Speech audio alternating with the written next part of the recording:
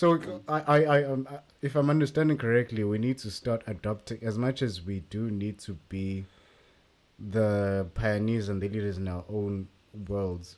We also need to become hyenas as well. I mean, for example, To be so repulsive to the point whereby even the kings of the jungle are concerned when we are in the area. you understand? You see, the thing is, um, what was I going to say now? Sorry, I sorry, lost sorry. my train of thought. It's so easy to, yeah, I get you. Um, Value, you can edit it. yeah, but I mean, really, for me, it's just going back to that thing of you understanding the world you exist in. Mm. I'm Venda, right? You're Zulu. If I say no, I am going to organize around this Venda thing. Wait, I'm not sure now about our population, but it's not the kind of population that you could say you're organizing and then you're going to go up against, say, America or China, or you know what I mean. Even with Zulu, it's the same. You can't say I'm gonna organize around a Zulu identity because this is me, and then I'm gonna fend for myself in the globe as Zulus or as Vendas, as Sutus, as Tswanas. That's why South Africa is stronger as it is with all these different groups. I think in a way that was one of the biggest, the issues we had even that led to Abelung actually taking over the Yeah, Southern African exactly. portion of Africa They were dealing with each other, with us as individual as kingdoms. individual kingdoms. Because yes, they had a hard time with the Zulu Empire, ne? In Ngqambamanga, they had a hard time. Mm, But at the end of the day, it was a lot easier for them to fight the Zulu Empire than the Southern African Empire. exactly. And now you can see also another matter that comes into the mix is that a lot of our kingdoms were conquered because, for example, I always use the example of Uskukune. Mm. Uskukune in the north, he was a big problem for the colonial settlers. They could not conquer him for years. How did they do it finally? They brought together a huge army that included some indigenous groups fighting on the side of the colonial settlers. The neighboring Yeah. enemies, Do yeah, you see that? And so our little squabbles with each other then they start to translated. work against. They work against us. So Yeah. now you think you're going to join the colonial settlers, you're going to fight against this guy because you have a beef with him, your immediate neighbor. You don't see Labantu baphuma phesheya. Yeah. They are here for something very specific. They're not here to be your friend. They didn't come all the way oceans away to be your friend. They got serious business they're taking care of. So now you side with them. You fight against your brother. You all collectively defeat him together with the colonial settlers. And guess what? When they're done with him, guess where they headed next? Mina, Mina, They coming for you. Mina, I'm off, and this is this is what you call the controversial, debatable point of view. But Mina, and this is from my own personal stance or perspective, Uguti. At the end of the day, when the Europeans came along and they found the Africa, found, quote unquote, we were already having our own squabbles in the continent Vale. Of course. That was already for them. It was a green flag, which was on. Let's go get And- these guys. But now we must also contextualize this thing. That the squabbles we had are not unique to us, because that's what they try to make it look like. Yeah. Like we just fighting. Look at Europe's history. Oh no, they were and fighting how much since the they were Viking ages, to the point where yo, I believe it was Pope Urban, if I'm not mistaken. Pope Urban II, I believe, who said, "Look, guys, Stop fighting among each other. Have you seen Look external. Have you seen the movement of our Vikings on the Mm. European map of how they conquered and how they moved? They were just they had a whole channel Devouring. devouring wherever they went. So- they were looking for smoke, literally. So if we are neighbors, immediate neighbors, by virtue of our relationship, we will have different dynamics. And that's just the Vikings. Today we will have conflict. Tomorrow we may reconcile. Another day it may be something else. It's just the natural way of people who are existing in close proximity, who maybe have different national identities, if I can put it that way. You understand? But it does not mean there weren't times where our people cooperated, or formed alliances, Yeah. as opposed to fight. So we're not just fighting. You know what I mean? And so, yes, by the time the Europeans came, we, like any other people everywhere in the world, had our own little squabbles. The weakness was the failure to recognize the geopolitical pressure being applied and what the potential outcomes of that could be, and how we should position ourselves, regardless our beefs, our little squabbles, to say, okay, for this moment, because that's what the Europeans did in the Berlin Conference. It's not like this was a coming together. They hit a pause button. Yeah, it's not like this was just a coming together of people who had natural fraternity. No, these are people who were rivals. And actually, they were contesting over the control of the African continent itself and who's going to get what. They had debates about that. So you see, for me, it's just like, I'm like, my people, though, why can't we overlook some of the things we have for this bigger vision of taking control of our continent, taking back control of our resources, and then after that, we can squabble over things we actually have. Now I don't know what we're squabbling about. What you squabbling about? You ain't got nothing. Taken. It's been taken. What are you squabbling about? Crumbs that fall from someone else's table, and you are here like rats. You know what I mean? And so that's the thing I'm trying to say to my people. I wish we can have that kind of vision that goes a bit beyond. Yes, there's a funny thing you've just made me realize, and it's stupid, but when you now that I think about it, actually is a little bit very on the nose. As Infinity War, Avengers. You know, Oguti, Angit, you've watched Black Panther, the movie, the first one. Mm-hmm. And even the history that developed into the movie Black Panther in the storyline. When Avengers came along into the scene and they were like, Thanos is coming. In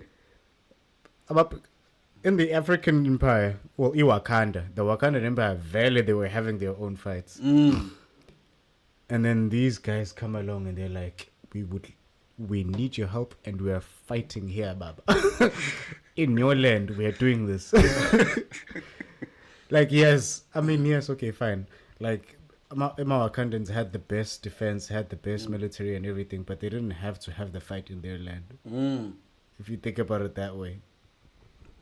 They didn't have to. Thanos didn't have to spawn into their empire. They could have said, no, Laila, you found the problem in your land. We'll come to you. Yeah. We'll come to you. We'll find you. We'll join you. We'll join you. There. We have our own spaceships. Don't worry. Yeah. We'll come through. We can get there. Let's go. Why you wanna fight? Smazola Putanos. Exactly. America. No. Let's come fight there in New York. Yeah, let's come to New York. Let's not come to Wakanda. Let's come over to New York. Let's do it over there. Let the blood be shed over there. Stupid. I know it's stupid, but I think of it that way. Look, these movies is just fictional stories, but the way they just reflect so much geopolitics, you can learn a lot from just watching these things. I mean, if you have the mind. I mean, unless you just watch for entertainment. Yeah. But if you But if you actually process someone, what you're watching, if you yeah. think about it Mm. in geopolitical terms, you understand what these things mean. I mean, how many times have we seen alien invasion is upon us, and A then nice we example, must now a nice unite? example Nine of nine. of this is Uti. When there's a movie about America getting attacked, Independence Day, what did they do? Mm. They sent the fight straight back to space. They didn't keep it in their country. They were Mm. like, we're not fighting here. We're going straight.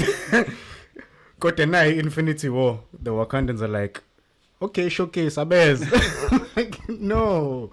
Another weakness, Yeah. and then It's like, no. and then they allow an enemy agent within their ranks. You want to come spawn here? Thanos came out of thin air. You remember No. the enemy agent? I forget his name. The CIA agent Yeah. who comes in, works with them.